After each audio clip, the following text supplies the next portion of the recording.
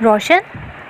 وجاہت نے اسے اٹھانا چاہا، تب اسے پتہ چلا کہ اس کی جان بچانے والا وجاہت حسین تھا، مگر اس وقت اس کی چوٹ کی شدت نے اسے کچھ بھی کہنے سے قاصر رکھا ہوا تھا۔ وجاہت نے اپنی آستین پھاڑ کر اس کے ماتھے پر پٹی باندھی اور کچھ دم لینا چاہا، تبھی جھاڑیوں سے اسے کچھ کھڑکھڑاہٹ سنائی دی اور وہ اس کا بے سدھ ہاتھ پکڑ کر بھاگ کھڑا ہوا، مگر روشن آرا میں چلنے کی طاقت نہیں تھی، اس لیے کہاں وجاہت کا ہاتھ چھوٹا اسے کچھ یاد نہیں۔ ہاں، وہ بے ہوش ہو کر گر گئی تھی۔ وہ دن وجاہت حسین کے ساتھ اس کا آخری دن تھا۔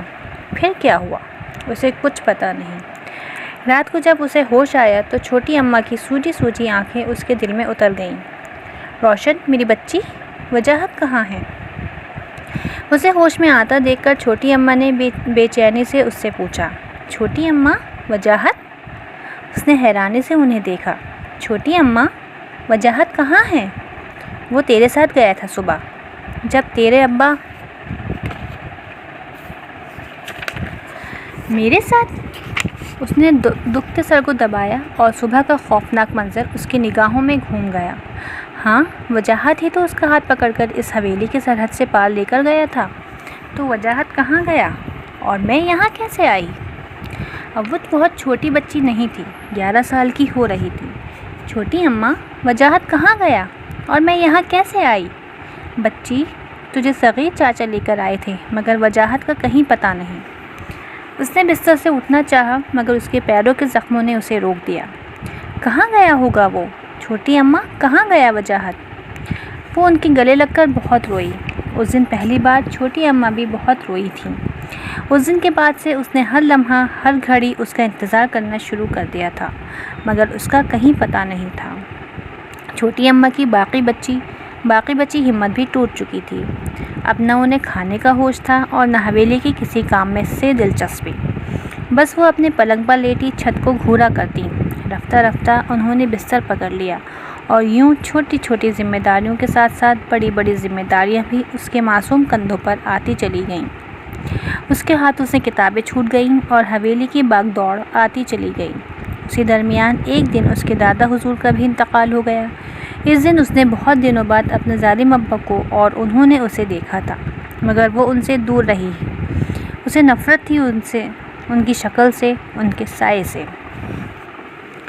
وجاہت کا کچھ پتہ نہیں تھا۔ جب بھی اس کا دل گھبراتا وہ وجاہت کے کمرے میں چلی آتی اور اس کی بنائی تصویروں میں اسے محسوس کرتی۔ دیواروں کے علاوہ بھی اس کمرے میں اس کی بنائی ڈھیر ساری تصویریں تھیں جو اس کی دل کا درد عیاں کرنے کو کافی تھیں۔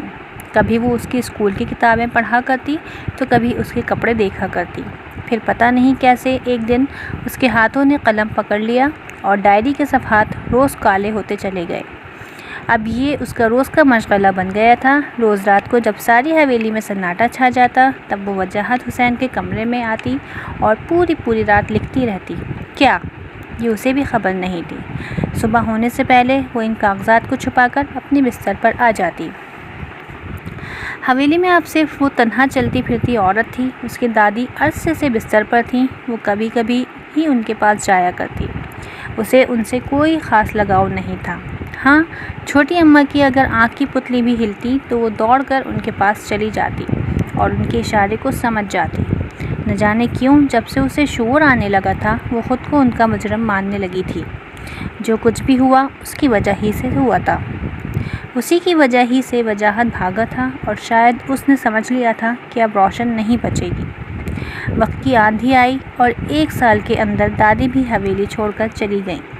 ان کے گزر جانے کی کچھ عرصے بعد ہی اس کے ظالم ابا کے سر میں کسی نے لوہے کی چھڑی مار دی تھی، جس سے ان کی جان تو بچ گئی تھی مگر فالج کے اثر نے ان کو اپنی مضبوط گرفت میں لے لیا تھا۔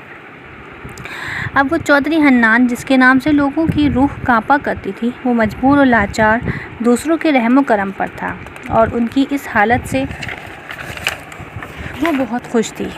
اس نے یہ خوشخبری چھوٹی اماں کو بھی دی تھی۔ اس خبر نے جیسے ان کے چہرے پر کچھ سکون سا اتارا تھا، ذہنی و قلبی سکون، یا اپنی دعاؤں کے اثر کو دیکھ کر وہ اتنی خوش ہوئیں کہ اسی رات وہ خود اپنے مالک حقیقی کا شکر ادا کرنے اس کے پاس چلی گئیں۔ اب وہ تنہا تھی، بالکل تنہا۔ کتنا روئی تھی اس دن جب اس کی چھوٹی اماں بھی سفید لباس میں اس حویلی سے دور چلی گئی تھیں۔ اس بار اس کا دل چاہا تھا کہ وہ ابا کی اسی تلوار سے جو آج بھی ان کے سرہانے رکھی رہا کرتی تھی ان کا خون کر دے اور ٹھنڈا کر لے اپنے اندر کی آگ کو، مگر وہ کبھی ایسا نہ کر سکی۔ ہاں، اس کے دل سے ہمیشہ یہی دعا نکلتی تھی کہ اے اللہ، ان سے ایک ظلم کا حساب لینا۔ اور شاید اس کی دعائیں یا آہیں ہی قبول ہوئی تھیں کہ اس کے ظالم ابا کی حالت دن بدن بگڑتی جا رہی تھی۔ نوکر ہی ان کی دیکھ بھال کیا کرتے تھے۔ اس نے کئی بار حویلی میں حکیموں، ڈاکٹروں کو آتے جاتے دیکھا تھا، مگر اس کو تو جیسے ان سب سے کوئی مطلب ہی نہیں تھا۔ اسے تو ان سے اب بھی ڈر ہی لگا کرتا تھا کہ مبادا وہ اٹھ بیٹھیں اور اسے پھر جان سے مار ڈالیں۔ اب تو وجاہت بھی نہیں تھا جو اسے بچا لیتا۔ وقت اپنی گرد اڑاتا گزرتا جا رہا تھا، مگر اس کی زندگی جیسے ایک جگہ رک سی گئی تھی۔ سارے حالات وہی تھے، وہی اس کا مجبور باپ جو عرصے سے بستر پر اپنے گناہوں کی سزا کاٹ رہا تھا۔ یہ بھی اللہ کا اس ظالم شخص پر کرم تھا کہ اس طرح اس کے گناہوں کا بوجھ کم ہو رہا تھا، مگر اسے اب بھی ان سے کوئی غرض نہیں تھی۔ اس حویلی میں سب ایک تبدیلی یہ آئی تھی کہ وہ اب 18 سال کی حسین دوشیزہ تھی اور ماضی کی ہر گتھی اب اس کے ذہن میں بالکل واضح تھی۔ وہ اس دن بھی وجاہت کے کمرے میں ہی تھی جب صغیر چاچا اس کے پاس چودھری حنان کا پیغام لے کر آئے تھے کہ وہ اس سے بلا رہے ہیں۔ صغیر چاچا؟ مجھے؟ مگر کیوں؟ نہیں، میں ان کے پاس نہیں جاؤں گی۔ صغیر چاچا نے بہت دیر تک اسے بڑے پیار سے سمجھایا اور تھوڑی دیر کی کوشش کے بعد ہی وہ ڈرتی کانپتی ان کے کمرے میں چلی آئی۔ اس نے برسوں بعد اپنے ابا کو دیکھا اور حیران رہ گئی۔ وہی جاہ و جلال والا چودھری حنان اب کیسے بستر پر ہڈیوں کا ڈھانچہ بنا پڑا تھا۔ ان کی ساری اکڑ نکل چکی تھی، اب وہ اپنی ایک مکھی تک اڑانے کے قابل نہیں تھے۔ البتہ دماغ صحیح کام کر رہا تھا۔ ہاں، زبان گڑمڑائی سی مگر بولنے کی استطاعت رکھتی تھی۔ صغیر چاچا کا ہاتھ زور سے پکڑ کر وہ ان کے پیچھے کھڑی تھی۔ ابا کا اشارہ پا کر صغیر چاچا نے اسے کرسی پر بٹھایا اور خود کچھ نکالنے لگے۔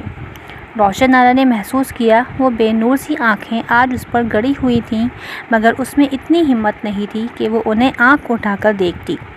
صغیر چاچا نے بہت سے کاغذات اس کی گود میں رکھ دیے۔ وہ حیران تھی، اس کی سمجھ میں کچھ بھی نہیں آ رہا تھا۔ اسی وقت اسے ابا کی گمرائی آواز سنائی دی، بیٹا، یہ سارے حویلی، جائیداد اور دوسری چیزوں کے کاغذات ہیں۔ اب اس حویلی اور دوسری چیزوں کی مالک تم ہو، صرف تم۔ یہ اس کے ابا کے الفاظ تھے۔ وہ تو حیران رہ گئی قدرت کی اس انصاف پر۔ یہ وہی شخص ہے جو ایک دن اسے مارنے دوڑا تھا۔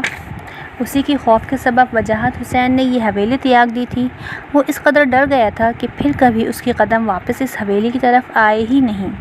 روشن آرا نے ڈھیر سارے کاغذات کو دیکھا۔ وہ لڑکی جو اس شخص کو بدنامی اور گالی لگا کرتی تھی، جس کے لڑکی ہونے پر وہ شرمندہ ہونا تھا، لڑکے کی چاہ میں جس نے 4 نہیں 5 قتل کیے تھے، اور صرف 5 ہی نہیں اور نہ جانے کتنے مظلوموں کا خون تھا ان کی گردن پر۔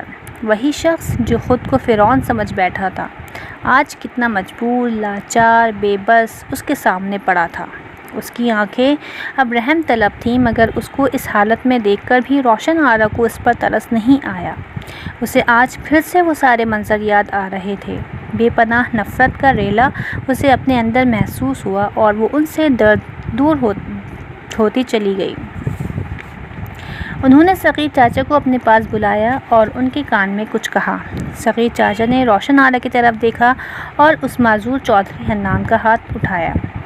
بیٹی، صغیر چاچا نے ابا کی خواہش پر ان کا بے بس ہاتھ اٹھایا۔ وہ ایک بار اپنی بیٹی کی سر پر شفقت کا ہاتھ رکھنا چاہتے تھے۔ روشن آرا نے اپنے مجبور باپ کو دیکھا اور پھر ان کے سہارے سے اٹھے ہاتھ کی طرف۔ آج وہ اس کے سر پر ہاتھ رکھنا چاہتے تھے۔ چند لمحوں کے لیے شفقت و محبت نے اسے مجبور کیا اور اس کا دل چاہا کہ وہ دوڑ کر اپنے باپ کے سینے سے لگ جائے اور اتنا روئے کہ سارا غبار نکل جائے۔ جذبات اس سے یہ قدم اٹھوانا ہی چاہتے تھے کہ اچانک اسے اپنی اماں کی آواز سنائی دی، بھاگ جا روشن، بھاگ جا، ورنہ یہ ظالم تجھے بھی مار ڈالے گا۔ اور اماں کی آواز نے جیسے اسے ہوش و حقیقت کی دنیا میں لا کھڑا کیا۔ اس نے ایک نفرت بھری نگاہ ان پر ڈالی اور سارے کاغذات ہاتھ میں لیے باہر نکل آئی۔ اس کے بعد چودھری حنان کا کیا ہوا اسے اس سے کوئی مطلب نہیں تھا۔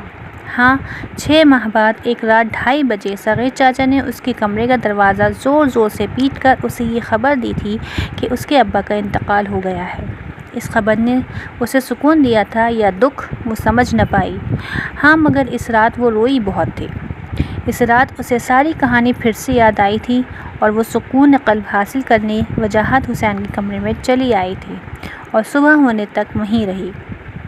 صبح کیا ہوا پتہ نہیں، مگر بعد نماز ظہر حویلی ضرور ویران ہو گئی۔ وہ حویلی جہاں لوگوں کا ہجوم رہتا تھا، جہاں ہر وقت دیگیں کھنکھناتی تھیں، جہاں چودھری حنان کے ظلم و ستم کے قصے تھے اور اس کے مشفق چھوٹے ابا کی تعریفیں بھی، وہی حویلی اب بالکل سونی تھی۔ زمین جائیداد، روپیہ پیسہ، بھاری بھاری زیورات، نوکر چاکر، اناج کے ذخیرے، سب کچھ تھا، مگر برتنے والے ایک ایک کر کے رخصت ہو چکے تھے۔ حویلی کا اصلی وارث وجاہت کہاں تھا کسی کو پتہ نہیں تھا۔ اب تو ہر چیز اس کے نام تھی، اتنی بڑی حویلی کہ اس کا پورا محلہ اس میں سما جاتا، مگر پھر بھی خالی رہتی۔ وہاں اب تھا ہی کون؟ وہ اور پرانے نوکر، بس۔